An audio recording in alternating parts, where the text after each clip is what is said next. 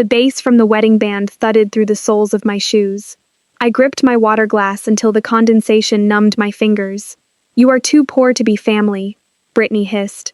My sister stood 3 feet away in a custom silk gown beneath the chandeliers of the Roanoke Grand Hotel. Aunt Carol hovered behind her, smirking into her wine. "So sit quietly," Brittany continued. "Do not embarrass us. Do not mention Mom. Do not mention money. Eat your dry chicken and smile." A few guests pretended not to hear. Across the ballroom, our mother sat confused at a corner table, unaware that her youngest daughter was humiliating me at her wedding. I did not argue. I had spent my whole life absorbing this family's shockwaves. I simply set down my glass, stepped into the hallway, and called my lawyer. "Helen," I said, "serve her now." Minutes later, the music stopped. A man in a rumpled gray suit crossed the dance floor carrying a thick manila envelope. Brittany took it with a polite smile, read the first page, and lost every trace of color. The microphone fell from her hand with an electronic squeal. Then she screamed. 6 weeks earlier, I had been sitting at my mother's kitchen table with my black care ledger open beside me. I was 39, working part-time as a patient transition coordinator because Mom's cognitive decline had made full-time work impossible. I tracked every medication, appointment, meal, and household expense in that notebook.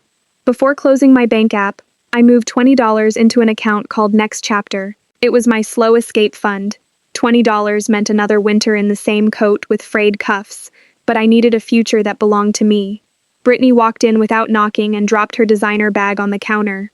"I took care of the bathroom," she announced. 4 years earlier, when Mom could still sign legal documents, I became her healthcare proxy. Brittany became financial power of attorney. I handled the daily reality. She handled the money. "Did you hire someone?" I asked. "Mom needs those safety rails." I paid the invoice. "You do the nursing stuff, Lauren. I handle the big picture." 2 days later, Mom's occupational therapist asked when the work would begin. My sister said it was already done. Tessa, in the gray filing cabinet, I found an invoice from Whitaker Home Services for nearly $25,000. Demolition, slip-resistant tile, safety rails, a widened doorway. Across the bottom, in red ink, was "paid." I carried it to the bathroom. The old tub was still there. The linoleum still peeled at the edges. There were no rails, no new tile, no wider doorway. The room did not exist anywhere except on paper. I photographed everything. I obtained the therapist's written safety recommendations and placed them beside the invoice. Then I began cross-checking statements. Brittany had reimbursed herself for blood pressure medication I had purchased from my own checking account. She listed $2,000 for specialized mobility equipment, while Mom used a $50 aluminum walker I had bought at the drugstore. That same week, I received an interview invitation from a major hospital. I completed another certification module, transferred $35 into Next Chapter, and altered the hem of the 4-year-old navy dress I planned to wear to the wedding.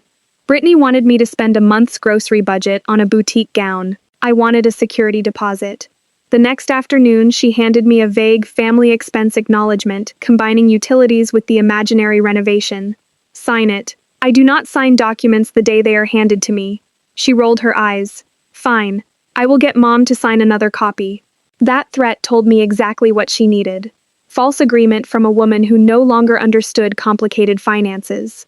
I searched the Virginia Business Registry. Whitaker Home Services belonged to Aunt Carol. It had been inactive for 3 years. At Sunday dinner, I asked Carol who had done the bathroom. "Johnson Contracting," she said. "Interesting." Brittany said it was a large company from out of town. Their expressions changed. I passed the salt. Later, I compared the fake invoice with Brittany's wedding schedule. The hotel's final ballroom payment was $24,800. The imaginary bathroom cost $24,850. Both were due the same week. Helen Brooks, my attorney, studied the invoice, photographs, and ledger without blinking. "We can demand a formal accounting," she said. "But if we accuse her before the pattern is airtight, she may drain the accounts and call you jealous. Scan everything. Timestamp everything. Do not confront her." 2 days later, a neurologist documented that Mom lacked the capacity to understand complex financial documents. In the parking lot, Brittany called and accused me of isolating her. "All medical decisions are documented," I said, and ended the call. At home, I found a real estate agent's email hidden among the mail. Staging photographs were scheduled for the exact Tuesday morning I took Mom to physical therapy. The house was supposed to sell immediately after the honeymoon. Brittany was not only funding her wedding with Mom's money, she planned to liquidate the roof over Mom's head. Helen asked whether I could keep pretending to be the defeated sister for 6 more weeks. I can play the part. Soon relatives began calling to praise Brittany's generosity and warn me not to ruin her wedding. Even Daniel, her fiancé, believed Mom had insisted on paying for the ballroom. Then Mom nearly fell in the hallway. Tessa and I installed a fall monitoring camera in the common area. Brittany stared directly into its lens when she visited. I casually asked what tile had been installed. White ceramic, she said. The invoice listed gray slate. The next morning, I noticed a bruise on Mom's wrist. The camera footage showed Brittany pushing a document toward her. "It is only a form for the bathroom repairs," Brittany said on the recording. "Does Lauren know?" Mom asked. "She does not need to." Brittany pressed a pen into her hand. When I froze the frame, the header read Reimbursement Authorization. Helen issued a formal disclosure demand. Tessa signed a statement confirming no workers had entered the home. Public records showed Carol's company had no active status, insurance, permits, or payroll. Brittany responded with a thick packet meant to overwhelm us. Instead, it exposed transfers from Mom's checking and investment accounts into Carol's defunct company. My own receipts proved Brittany had reimbursed herself for expenses I had paid. The missing total had already passed $100,000. Before moving further, I arranged emergency care, medication continuity, and an independent fiduciary, so Mom would not become collateral damage. Then Carol stormed into the house. "Brittany only borrowed a little," she snapped. "Once the house sells, everything will balance out." The room went still. She had admitted both the theft and the planned sale. 2 hours after she left, I found the filing cabinet lock mangled. My black ledger was gone. The hallway camera showed Carol leaving with a heavier purse. "They took the notebook," I told Helen. "Are you worried?" "No, I scanned every page and sent it to your secure server 3 weeks ago." The theft only proved they were afraid of the truth. Preservation notices went out. I changed the locks, placed originals in a bank box, and restricted access to Mom. Days later, social services called. A younger relative had tried to arrange Mom's immediate placement in a state-funded facility without specialized memory care, timed for after the honeymoon. They needed her removed so the house could be sold. That same week, the hospital offered me the full-time position. My next chapter account finally held enough for a small townhouse. On the morning of the wedding, Helen called. A judge had suspended Brittany's power of attorney, frozen the disputed accounts, blocked the property sale, and appointed an independent fiduciary. But Brittany was flying out Sunday and had scheduled a remote closing from her resort on Monday. We needed proof she received actual notice before she left Virginia. So I put on my old navy dress, checked Mom's medication folder, and went to the ballroom. During her toast, Brittany praised herself as the devoted daughter, then turned toward me. "Some people are too poor to understand loyalty," she said into the microphone. "Sit quietly, Lauren. Do not embarrass us." The room laughed nervously. I called Helen.